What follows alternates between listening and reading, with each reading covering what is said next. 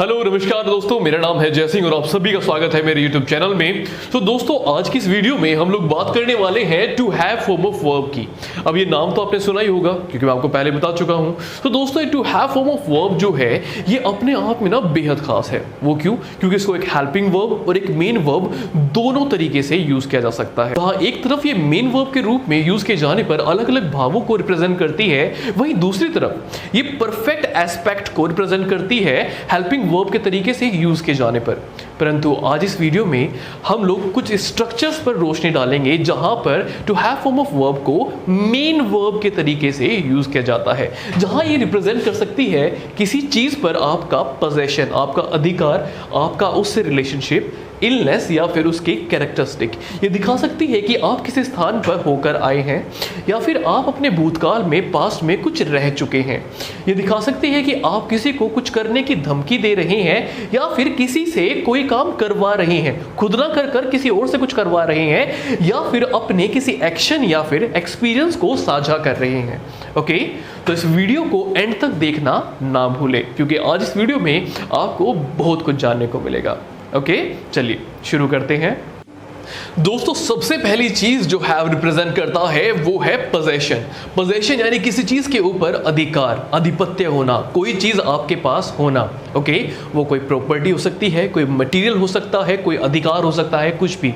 लेकिन जब इसको सेंटेंस में यूज करते हैं तो एक चीज याद रखिएगा कि जब आपका सब्जेक्ट प्लूरल है तो आप वहां पर हैव का यूज करेंगे, जब आपका सब्जेक्ट सिंगुलर है तो आप वहां पर हैज का यूज करेंगे, और जब आप पास्ट की बात कर रहे हैं तो आप सिर्फ हैड का यूज करेंगे। चलिए कुछ एग्जांपल के माध्यम से देखते हैं। आपने कहा हर फादर, अब यहां पर सब्जेक्ट सिंगुलर है तो आपने यूज किया has. Her father has a flat in Delhi. आप किस चीज के ऊपर अधिकार जता रहे हैं? आप कहते हैं दे हार्डली हैव इनफ मनी। यहां पे सब्जेक्ट दे था तो आपने यूज किया हैव को। They hardly have enough money to live on. उनके पास शायद ही इतने पैसे हैं कि वो गुजारा बसारा कर सके। ओके, आपने कहा you have no right to order me। अब यहाँ पे किसी materialistic चीज की बात नहीं की जा रही है, यहाँ पे आप बात कर रहे हैं किसी अधिकार के होने की। तब भी आपने किसका यूज किया? आपने have का यूज किया। ओके, अगले सेंटेंस में आप कहते हैं did she have a solution to this problem। क्या उसके पास इस दिक्कत का, इस प्रॉब्लम का सॉल्यूशन था? अब यहाँ पर कुछ लोग गलती करते हैं। यहाँ पर आपको सब्जेक्ट she नजर आ रहा है तो आप कहेंगे सर यहाँ पे हैज होना चाहिए, लेकिन दोस्तों originally first form of verb जो है इसकी वो हैव है। जब आपने यहाँ पर डिड का यूज कर दिया तो यहाँ पर आप हैज को यूज नहीं कर सकते। ओके, लेकिन अगर ये प्रश्नवाचक ना होता, अगर यहाँ पे डिड का यूज ना होता तो तब आप कहते शी हैज अ सॉल्यूशन, और अगर पास्ट में होता तो आप कहते शी हैड अ सॉल्यूशन। क्या आपको ये बात समझ में आ रही है? चलिए अब इसके अगले यूज की बात करते हैं। प्यारे दोस्तों, अब इसका अगला यूज होता है रिलेशनशिप को रिप्रेजेंट करने के लिए। किसी से, किसी व्यक्ति से आपका रिश्ता। पहले आपने समझा किसी वस्तु से रिश्ता नहीं, उस पर अधिकार जताया जाता है। ओके, यहाँ पर आप किसी व्यक्ति से रिश्ता जता रहे हैं। आपने कहा do you have any girlfriend. क्या तुम्हारी कोई गर्लफ्रेंड है?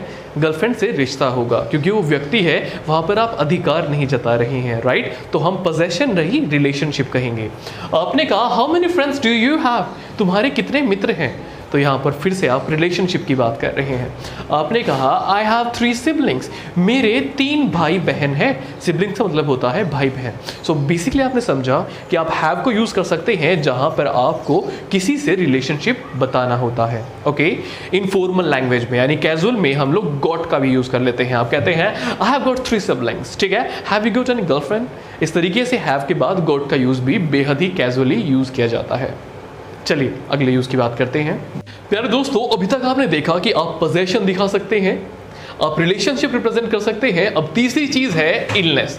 इलनेस यानी कि जब आपको किसी बीमारी को रिप्रेजेंट करना होता है, आपको बताना होता है किसी को कोई बीमारी है। सब कहना चाहते हैं मेरे पेट में दर्द है, तो आप क्या कहेंगे? I have pain in my tummy, in my stomach, right? आप हैव के बाद गोट वर्ड को भी यूज कर सकते हैं। आप कह सकते हैं I have got so much headache, right? तो हैव के बाद गोट का यूज बड़ा कॉमन सा है। एग्जाम्पल के माध्यम से देखिए, आप कहते हैं the prime minister had a bad cold. Okay, do you have a headache. क्या आपको सर दर्द है? I had flu last week. मुझे लास्ट वीक फ्लू हो गया था। तो यानी कि जहां पर आपको बताना होता है किसी को या आपको कोई बीमारी है, आप बीमार है, तो वहां पर भी आप to have form of verb का यूज करते हैं। अब नेक्स्ट यूज की बात करें। चलिए अब प्यारे दोस्तों, जो अगली चीज ये रिप्रेजेंट करता है वो है किसी व्यक्ति के कैरेक्टरिस्टिक्स, यानी कि उसके गुण, उसके भाव। ओके, जैसे आप कहते हैं my wife has got a great personality, जैसे मैंने आपको बताया हैज के बाद गॉट का यूज हम कर लेते हैं स्पोकन इंग्लिश में। ओके, आप हैज भी कह सकते हैं। आप कहते हैं my wife has a great personality, यानी उसकी पर्सनैलिटी बेहद अच्छी है, तो आप यहाँ पे उसके कैरेक्टरिस्टिक्स बता रहे हैं। ओके, आप कहते हैं he have peace of mind, तो again you are talking about characteristics, right? You are not talking about any materialistic thing, you are not talking about any possession. Okay, आप कहते हैं she has strong desire to become rich, she has strong desire. Do you get this thing? Desire. आप कहते हैं he has no courage to do this work, उसके अंदर इस कार्य करने का कोई साहस नहीं है। So basically आप यहाँ पर बात कर रहे हैं कैरेक्टरिस्टिक्स की। ओके, तो ये थे हैव के बिल्कुल बेसिक यूजेस। अब हम कुछ एडवांस यूजेस की बात कर रहे हैं जहाँ पे स्ट्रक्चर्स आती है। ओके, तो चलिए आगे बढ़ते हैं। तो चलिए दोस्तों बात करते हैं पहले स्ट्रक्चर की। आप अपने to have form of verb के बाद बीन का यूज करते हैं और उसके बाद यूज करते हैं किसी प्लेस नेम को। इसका मतलब होता है किसी स्थान पर होकर आना। जैसे कि आप कहते हैं have you ever been to China, क्या आप कभी चाइना गए हैं, यानी वहां होकर आना। ओके, आप कहते हैं have you ever been to school before, क्या आप पहले कभी स्कूल गए हैं। या फिर मैं कहता हूँ I have been there a number of times, यानी कि मैं वहाँ पर कई बार जा चुका हूँ। आप कहते हैं सपोज कि जब आप कहीं हिल स्टेशन में जाते हैं, आप कहते हैं I had never been to any hill station before, मैं पहले कभी भी किसी हिल स्टेशन पर नहीं आया था। बात आ गई समझ में? तो जब भी आप to have form of verb के बाद बीन लगाकर किसी प्लेस का नाम लेते हैं, इसका मतलब है वहाँ होकर आना। ओके, चलिए नेक्स्ट स्ट्रक्चर की बात करते हैं। दोस्तों हमारी नेक्स्ट स्ट्रक्चर है टू हैव बीन समथिंग, यानी कि आप अपने भूतकाल में, पास्ट में कुछ रह चुके हैं। जैसे कि मैं कहता हूँ my father has been an advocate, यानी मेरे पिता एक एडवोकेट रह चुके हैं, यानी कि उन्हें किसी प्रोफेशन का एक विशेष एक्सपीरियंस है। ओके, तो एग्जाम्पल के माध्यम से देखते हैं। आप कहते हैं I have been an teacher, right, मैं एक टीचर रह चुका हूँ, लेकिन कहाँ की बात हो रही है? पास्ट की, रह चुका हूँ। But now I am a businessman, लेकिन प्रेजेंटली मैं एक बिजनेसमैन हूँ। सिचुएशन इमेजिन कीजिए कहीं एक्सीडेंट हो जाता है, आप कहते हैं अरे उनको चेक करने दीजिए, वो डॉक्टर रह चुकी हैं। ओके, यानी कि उन्हें उस चीज का तजुर्बा है। तो इंग्लिश में क्या कहेंगे? Let her check, she has been a doctor, she has been a doctor, वो डॉक्टर रह चुकी है। यानी कि आप समथिंग के स्थान पर या तो किसी नाउन या फिर एडजेक्टिव का यूज करते हैं। बेसिकली ऐसा वर्ड जो किसी पर्टिकुलर प्रोफेशन या पोजीशन को रिप्रेजेंट करता है। पोजीशन कैसे? आप कहते हैं Sachin Tendulkar has been the man of the match many a times, यानी कि Sachin Tendulkar man of the match कई बार रह चुके हैं। बात आ गई समझ में? यानी कि टू हैव बीन समथिंग, यानी कि आप पास्ट में कुछ रह चुके हैं।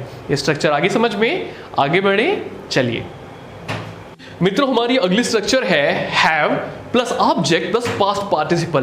पास्ट पार्टिसिपल बेसिकली आपका नॉन फाइनाइट के अंदर आता है, लेकिन अभी के लिए आप सिर्फ इतना मान लीजिए कि ये मेन वर्ब की थर्ड फॉर्म है। ओके, तो इसका मतलब क्या होता है? इसका मतलब होता है कि आप कोई कार्य स्वयं ना करके किसी से करवा रहे हैं। एक तरीके से पैसिव मीनिंग होता है। ओके, यानी कि आप एक्शन खुद ना करके किसी और से करवा रहे हैं। एग्जाम्पल देखिए, आप कहते हैं आई हैड, अब आपने ऑब्जेक्ट यूज किया माई वॉच, फिर आपने कहा रिपेयर्ड, एक्शन की थर्ड फॉर्म पास्ट पार्टिसिपल आपने यूज किया, I had my watch repaired yesterday.